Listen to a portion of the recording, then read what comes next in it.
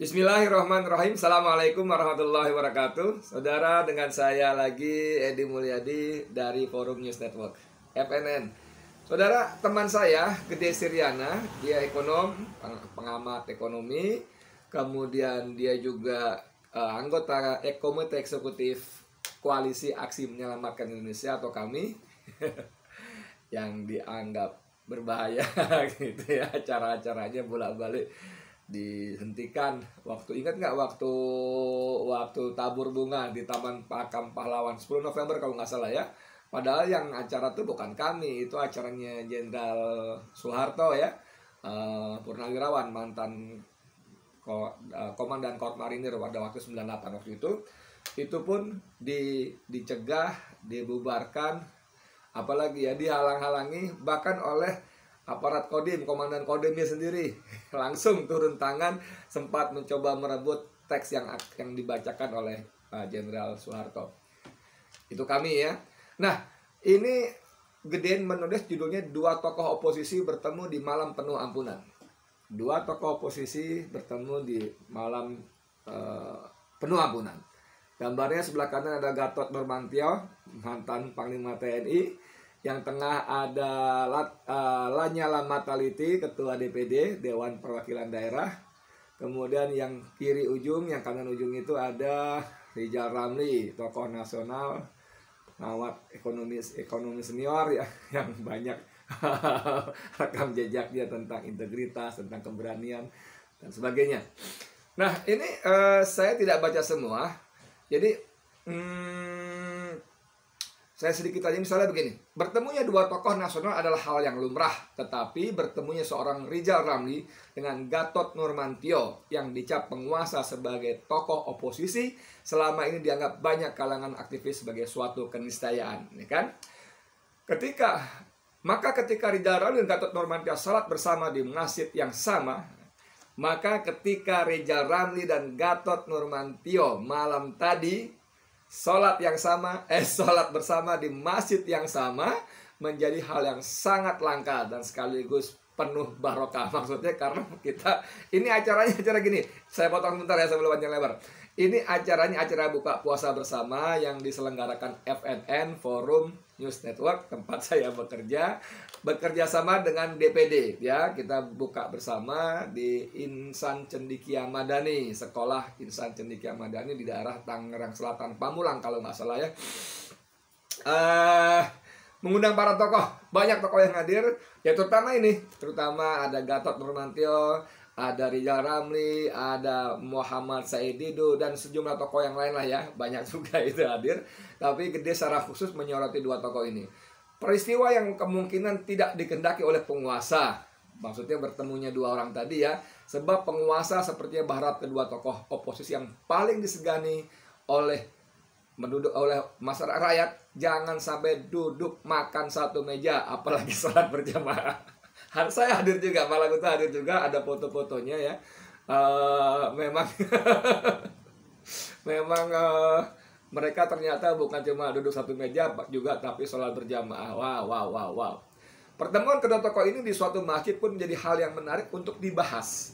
Kata masjid yang berakar dari bahasa Arab yang berarti tunduk, patuh, dan taat dengan penuh takzim dan hormat. Dalam bahasa populernya, masjid menjadi tempat ibadah di mana manusia menundukkan hati dan raganya ke hadapan Sang Pencipta Allah SWT.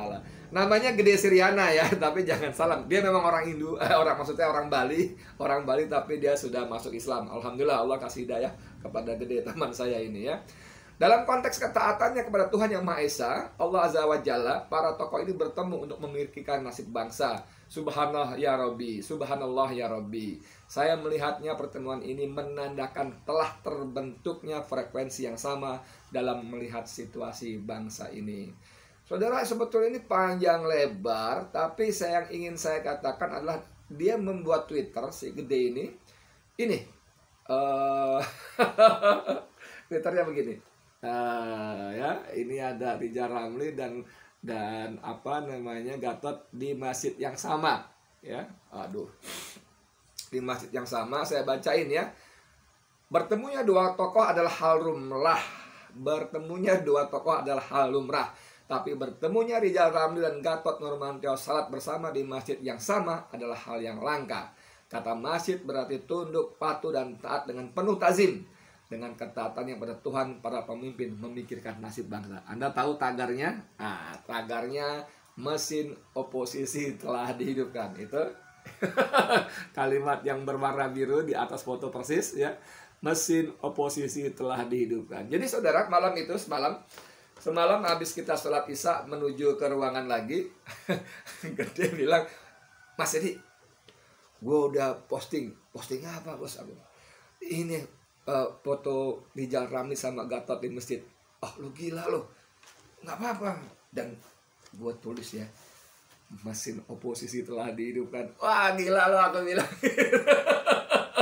Dan saya pikir ternyata ternyata memang sudah diposting. Jadi banyak tokoh yang hadir ya, misalnya Said Didu tuh mengatakan dalam dia diberi sambutan sebentar, dia mengatakan bahwa pertemuan malam ini dua tokoh ini dia kait-kaitkan dengan malam sebelumnya, malam Jumat tanggal ganjil, dan menurut dia dan saya rasa untuk Jakarta khususnya ya, itu mengalami hal yang sama. Itu hujan deras banget, tapi ketika jam 2 pagi hawanya sejuk ya, nggak ada awan begitu. Pokoknya seperti yang digambarkan oleh para ulama, para ustadz bersumber dari hadis-hadis tentang tanda-tanda Lailatul Qadar. Ngeri nggak tanda-tanda Lailatul Qadar malam ke-25 ya, malam ke-25 waktu malam Jumat kemarin itu.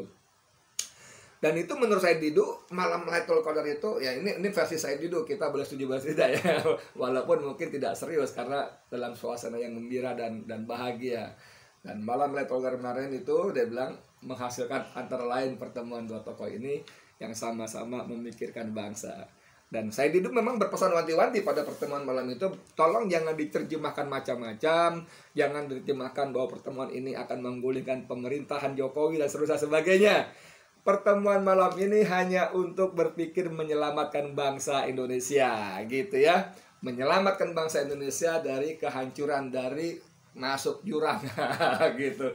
Memang katanya kalau dalam rangka menyelamatkan bangsa Indonesia harus membuang seseorang, ya apa boleh buat, kita harus buang supaya bangsa ini selamat. Tapi lagi-lagi saya tidak menyebut nama sama sekali dan menekankan berkali-kali bahwa pertemuan ini adalah pertemuan pertama silaturahmi buka bersama yang digagas dan diselenggarakan oleh FNN, dan yang paling penting lagi bukan untuk menggulingkan pemerintahan yang sedang berkuasa, pemerintahan Jokowi. Nah, kembali kepada Gede Siryana, saya kira menarik sekali apa yang dia katakan tadi. Orang boleh beda pendapat ya, bahwa pertemunya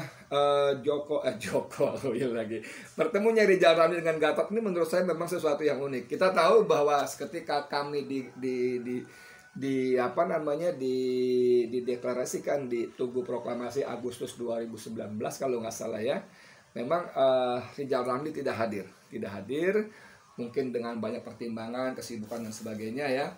Tapi kemudian memang dua tokoh ini, Gatot yang belum lama turun dari jabatannya sebagai Panglima TNI kemudian pensiun, itu memang fenomenal ya, dengan forum-forumnya yang menjelaskan tentang proksi kekuatan asing, khususnya ancaman dari RRC dan terus dan sebagainya. Di mana dia bicara ketika menjadi Panglima TNI, dan itu seperti mengingatkan kita semua. Dan apa boleh buat saudara, apa boleh buat bahwa sinyalemen dan peringatan Gatot tentang RRC, tentang Republik Rakyat Cina, apa boleh buat banyak yang jadi kenyataan saat ini.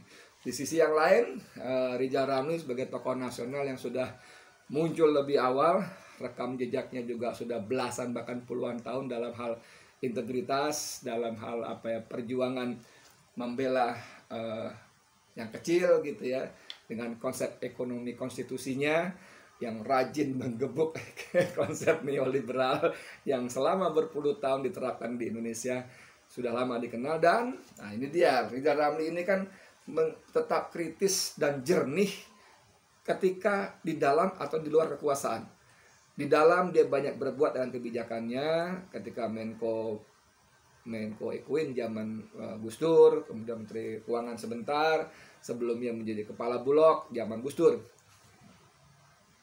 Di bawah pimpinannya, tim ekonomi berhasil membalik dari pertumbuhan ekonomi -3 tumbuh menjadi 4%, berarti tumbuh sekitar 7,5% hanya dalam tempo 21 bulan.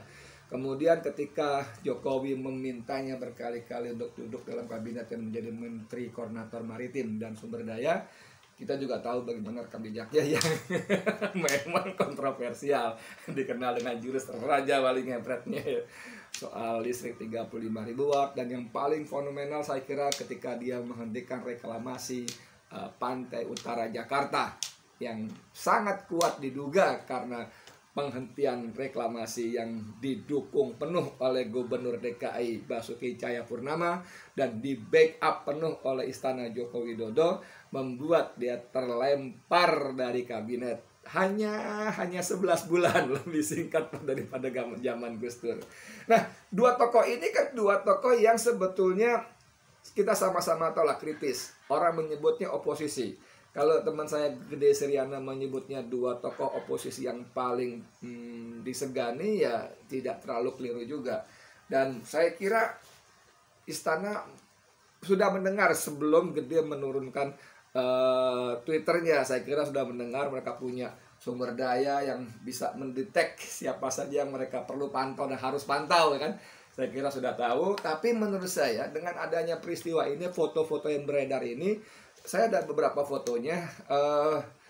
Menurut saya ya nggak terlalu GR ya kalau saya sebut bahwa sepertinya Istana gemetar juga ya. Mohon maaf ya, Istana gemetar juga. Saya sempat membuat foto juga. Ini dia. Saya upload juga. Ini. Nih fotonya ya. Ini di YouTube saya, di Bang Edi Channel, Anda bisa lihat juga. Ada 2 foto kalau nggak salah saya. Satu lagi dia ketawa gembira sekali di meja mereka bertiga. Kemudian saya kasih gini, guys, apa komentar kalian kalau lihat foto-foto ini? Oh iya, ini acara Bukber FNN dengan sejumlah tokoh Jumat 7 Mei 2021 ya. Nih kan. Terus saya bilang lagi sama di situ, jangan berpikir keras ya, tanda kutip, kami bukber and kumpul-kumpul cuma sepakat mau menyelamatkan Indonesia saja kok. Ini saya kutip dari kalimatnya siapa namanya tadi, Muhammad Saididu Mosa. Kita akan tunggu seperti apa, karena memang semalam pun disepakati akan mengerahkan sumber daya rakyat ini ke depan untuk lebih berbicara dan mewujudkan perubahan. Akan kita dorong perubahan untuk Indonesia lebih baik, karena Indonesia memang sekarang ini Masya Allah. Rija Ramli pada podcast saya sebelumnya mengatakan bahwa pemerintah kita memang terlalu pro Beijing ya. Terlalu pro Beijing. Anda bisa lihat ketika bangsa sendiri, rakyat sendiri dikenakan tahanan kota, tanda kutip ya, tidak boleh keluar kota, nggak boleh mudik, jalan dicegat, di polisi segala macam, jalan tikus juga dicegat, bahkan polisi menjemput sampai ke kampung, ke rumah tujuan pemudik. Di Bogor itu ada tank saudara, Anda tahu tank baja itu yang alat buat bertempur dan melawan musuh, disiagakan, diparkir di jalan antara perbatasan Bekasi Bogor. Dahsyat sekali, rakyatnya dikepung sana sini tidak boleh. Ancamannya suruh putar balik sampai denda 100 juta atau pidana penjara 1 tahun. Dahsyat sekali kepada rakyatnya. Pada saat sama, TKA dari Cina khususnya datang bergelombang tidak henti-hentinya dengan pesawat charter dan sebagainya. Dan yang membuat miris, para pejabatnya semua sepakat menyanyikan kur bahwa para TKA itu tidak melanggar peraturan, sudah memenuhi ketentuan ini, itu, SK ini, SK itu, undang-undang ini. Semuanya memberikan pembenaran atas datangnya para TKA dari RRC khususnya, dan belakangan ada sedikit dari India. Luar biasa memang kita, pemerintah kita betul-betul melayani kepentingan RRC. Semestinya kan mau dirjen imigrasi kayak siapa-siapa, kayak di tengah suasana seperti ini ya, COVID yang masih katanya berbahaya begitu rupa, ada semacam empati kepada perjuangan rakyat yang kalian halang-halangi untuk mudik gitu loh. Pada saat yang sama kalian membuka pintu lebar-lebar, memberi karpet merah kepada TKA Cina dengan dalih memenuhi peraturan perundangan dan sebagainya. Ini kan mengunyah rasa keadilan. Nggak tahu deh kalau hati kalian sudah mati, tidak punya rasa keadilan lagi. Kembali ke soal pertemuan Rizal Ramli dan Gatot. Saya kira ini awal yang baik, dan kita tunggu langkah-langkah berikutnya. Indonesia memang harus diselamatkan. Jangan sampai tenggelam. Jangan sampai anak cucu kita cerita, nak, dulu pernah ada negara besar, gemah ripah loh Cinawi, bernama Indonesia, tapi itu dulu. Sekarang di mana kek? Sekarang sudah bubar. Bubar, dipecah belah menjadi negara-negara kecil atau bubar menjadi provinsi negara tertentu yang difasilitasi oleh para pejabat hari ini. Ngeri sekali. Kita cegah itu semua, ya. Dengan izin Allah, kita mohon pertolongan Allah, kita cegah itu terjadi. Saya Edi Mulyadi untuk FNN. Wassalamualaikum warahmatullahi wabarakatuh.